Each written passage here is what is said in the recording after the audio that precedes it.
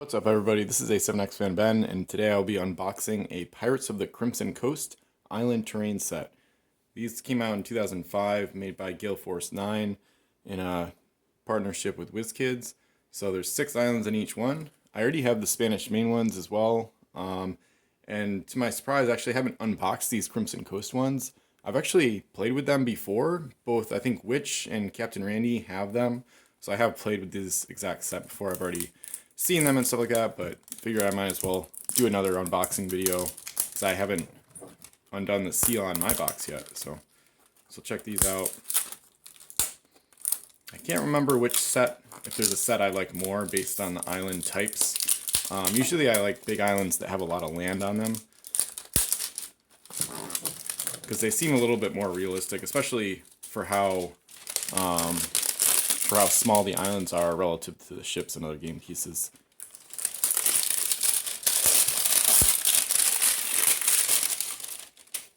Alright, got the good old shrink wrap from 17 years ago. Got the flap here, and just like the Spanish main ones, they come with like a styrofoam around them. So I'm just going to kind of loosen it up, having it box upside down a little bit. Alright. Oh, and they do come individually wrapped. I forgot about that. So that's kind of a nice feature of this. They're really well done overall. Just got the first one here, or 5 of 6. They're not going to be in order, but that's okay.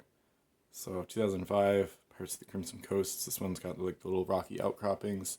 Kind of reminds me of one of the custom rock formations I have from Ross and AZ that he made. So this one, actually this one looks a little different. I don't think I've played with this one too much. It's mostly, it kind of looks like a Sargasso Sea. It's really flat compared to the other ones. So that one would be an easier one to put a fort on just because it's so flat. Then we've got another trio of rocky outcroppings on this one. One's 3 of 6. And we'll get into the bottom 3 here. This one I've seen a bunch for sure. 4 of 6 here. A little bit more land on that one. And this one is probably my favorite from the Crimson Coast set. This one's the biggest one. Actually, I would say by pure like landmass or square footage, this one is probably the biggest island, official island I've ever seen, I think. Both among the Gale Force 9 islands and the standard cardboard islands. This one is just, it's wide and kind of long, so. And it has a nice little cove there. Kind of reminds you of the Hidden Cove event, maybe. Got a sandy beach. Nice big mountain.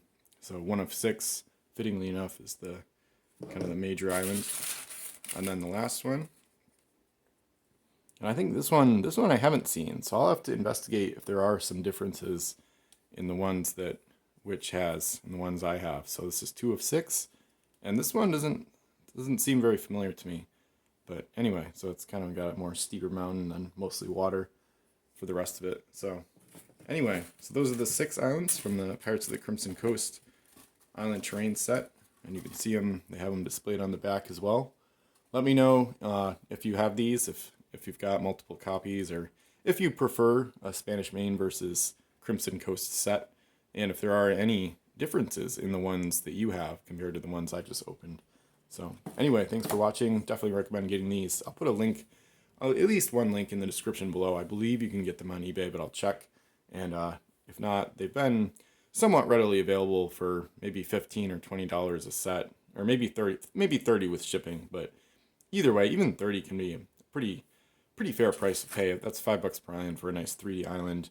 I will say, actually, before I finish, one thing that's interesting to keep in mind is that the lip, or like the height of the island, is more than, I would say probably more than twice as high as the cardboard islands. So even though these are official islands you can use in the game, in like an official setting or whatever, the ships can get to these a little faster because the curvature of a ship's bow when it's coming in, it might hit this maybe a millimeter sooner than the flat cardboard islands will, where it will just be kind of like over the island and not actually touching the edge.